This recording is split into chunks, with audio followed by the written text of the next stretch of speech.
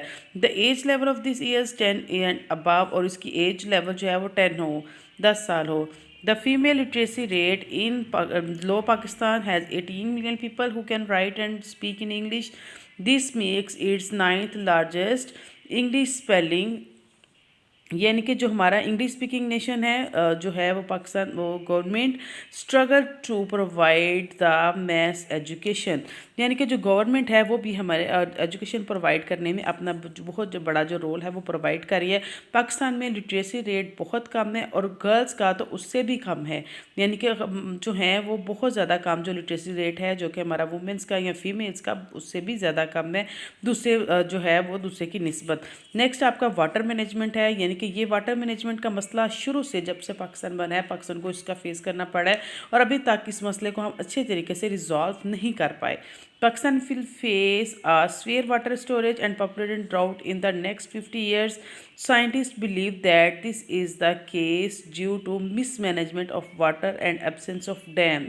اور یہ سب سے بڑے جو کہتے ہیں کچھ لوگ یہ ہمیں کہہ رہے ہیں کہ ہم لوگ جو ہیں بہت زیادہ جو ہے قحط کی طرف جائیں گے اگر نیکسٹ 50 ایئرز میں, اگلے 50 سالوں میں, کہ ہمیں بہت زیادہ جو ہے وہ قحط یا پانی کی کمی کا سامنا کرنا پڑے گا. کیونکہ اگر ہمارے پاس کوئی پانی نہیں ہوگا پینے کے لیے یا اپنی فصلوں کے لیے یا پھر اپنی جو ضروریات کو پوری کرنے کے لیے, وہ سب سے بڑا جو اس کا مسئلہ ہے جو اس کا یہ ہے کہ ہم اس مسئلے کو اچھے طریقے سے ریزالو نہیں کر پائے.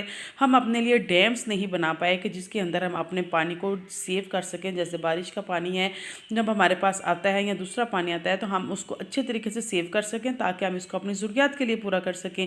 لیکن کیا ہوتا ہے کہ اگر بارش زیادہ ہوتی ہے دوسرا ہوتا ہے تو وہ پانی جو ہے وہ ضائع ہو جاتا ہے, ہم اس کو پرزرو ہی نہیں کر سکتے ڈیو ٹو مس مینجمنٹ.